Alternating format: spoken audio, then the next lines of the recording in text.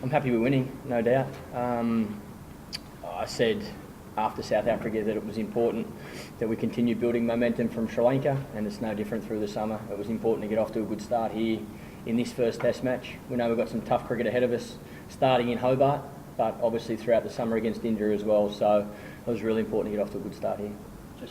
Jane, you started off the first innings bowling full attacking stumps to McCullum, who got punished a few times. Did it take a lot of confidence to actually do that again in the second innings? Look, yeah, we spoke about it before the game. We wanted to try and bowl nice and full. So, look, Pup supported me there and said, look, don't worry about it if you get driven a couple of times, which I try to keep that out of the back of my head and try to just keep doing the same thing, and it paid off for me in the second innings. Crash. Yes, it's Michael. It's interesting now. You're building up a nice squadron of fast bowlers, aren't you? Out of not much, and maybe with depth returning, you could be in a better place than a lot of people thought, I guess. Yeah, no doubt. I think I've probably seen that for a while now. That there's obviously some young players that have been around first-class cricket who are now involved in the Australian setup that have had a lot of talent.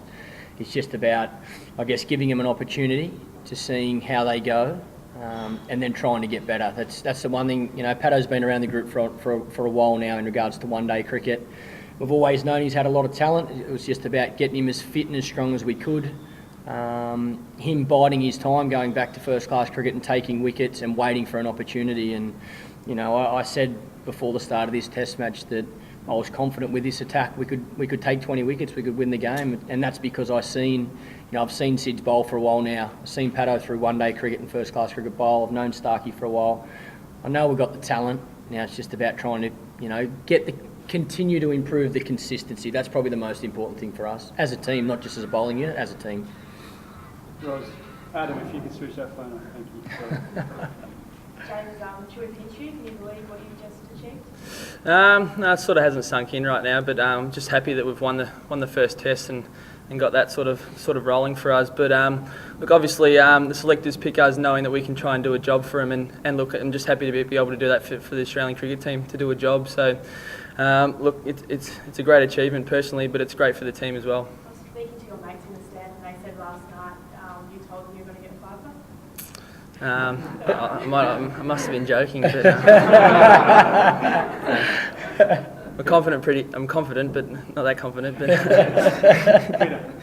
will Pat challenge you back to Hobart, and what's the injury update on the other guys? I hope they're all back. I hope they're all available for selection, put it that way. I don't think that's going to be the case in regards to all 5 players. Well, one's obvious, Mitch won't be right for Hobart.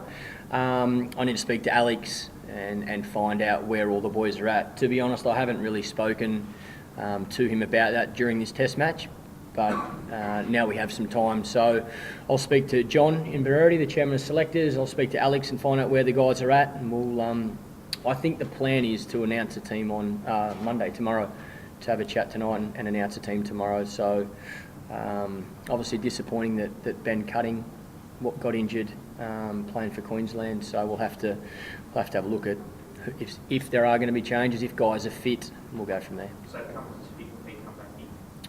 I don't know. I'll speak to John. I think if he's fit, it'd probably be hard to leave him out after his performance in South Africa. No doubt, I would imagine he'd come back into the squad. We just got to, I haven't even thought about it, but it'd be hard to leave him out of the squad. That's for sure. James, you spent a lot of time in Bangladesh, in Sri Lanka, and South Africa, basically in reserve, but only playing a little bit. How valuable was that time to spend with Craig McDermott in particular, but also to have to be patient and just know that there will be an opportunity coming up? Yeah, that's been really valuable for me. Look, having that sort of pre-season over there in tough sort of conditions for me, and getting even my length right over there, it's sort of paid dividends for the right length to bowl out there. Look, I've been sort of smashing that area over in Sri Lanka and South Africa every time I bowl, and Billy's been right on my case. So look, it's great to just get the rewards for some hard work. Michael, what's the rationale between replacing Cutting or promoting standby player with an all-rounder and Christian? Is it possibly stiffen the tail, or to have an all-rounder in the top 6 with Warren? You just answered. I think it's a good option to have both. That's probably why, because he gives us options, and that's what we're looking at in regards to the wicket in Hobart. We don't know what we're going to get. It's always nice to have that another option in regards to your bowling. I think a batsman that can bowl a bit. As you've seen, I've used Huss over the last few tests. He's performed well for South Australia. So at this stage, I think he's been put on standby for Cutsy, but he does present a few options, no doubt. No, just can you talk about, I guess, your stress fracture and how tough on that was? Like, I guess 12 months ago, your career was pretty much at crossroads. How tough was that period for you? I don't know about crossroads. I suppose I was only really young when I got him. So, look, I just sort of sat down and thought, look, this is part and parcel of being a fast bowler. You know, for someone who tries to bowl really fast at a young age, it's just not supposed to happen. So, look, I just worked on trying to get back, making my body as strong as it could be, and obviously to try and compete with the vigours of test bowling, it's pretty tough. So, look, yeah, I didn't think it was a crossroads. I just sort of took it as an opportunity to sort of make sure that it wouldn't happen again and try and get back nice and fit. So opportunities like this that I could take him. Shane had a nice little battle with Coleman Bowens. Was there any particular wicket that gave him the most satisfaction? Yeah, probably that one early last night, definitely. Look, obviously with someone who takes 13 off your first over in Test cricket, you get a bit nervous bowling to him next time. And I think I read an article last night that Guptill took the first ball. Someone wrote that McCullum should have took it well. I was pretty happy when I saw Guptill taking the first ball, so that made my nerves go away a little bit more too.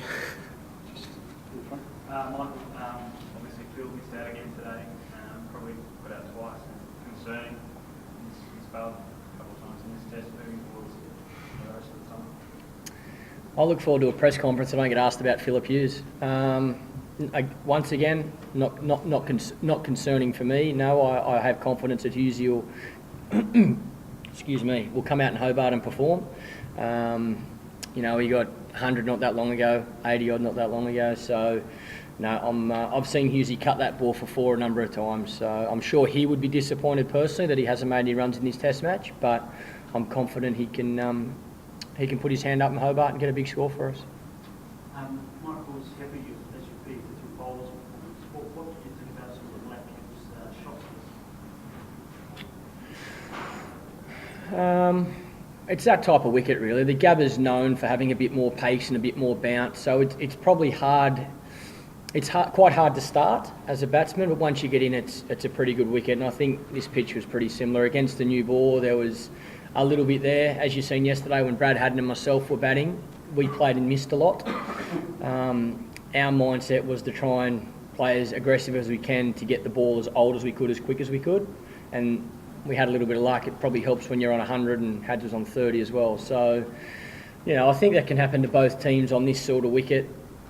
And I don't want to take any credit away from Pato. I thought he bowled beautifully. He bowled with good pace. You bowl over 140 k's, you put the ball in the right area. 9 times out of 10, you're going to have some sort of success. And we've seen that in this second innings. Ben. Michael, probably had injury, another one I feel.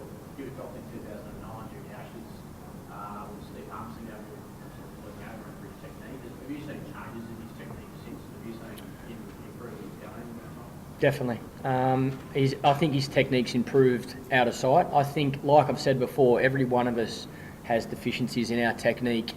And these days, with the footage you can get on players, it's very easy to find out what those deficiencies are. I'm sure a lot of teams, well, I've seen throughout my career, a lot of teams have, know my weaknesses and what areas they should be bowling to me, especially early in my innings. So it's no different for any batsman. I have seen a lot of improvement. I continue to see him scoring runs, probably not as consistent as he would like, but he's still scoring. He's, like I've said before, his record for New South Wales is better than any 23-year-old in this country. He scored 3 great hundreds for Australia, and I'm confident he can score a lot more. Chris. Michael, you must be thrilled with how well Nathan Lyon went. The Australians aren't making good wickets here. Yeah, they are. That's why we picked him. Look, he's a great fella, Gaz. He's got a lot of talent. He bowls with beautiful shape out of his hand, and he's learning every day. He's a great guy to have around the group. His enthusiasm is something that not everybody provides, in a team. So he's a great guy to have around. I really love seeing him have success because he's working hard. He's trying to get better every day with his batting as well as his bowling. It's nice to see someone working so hard have some success.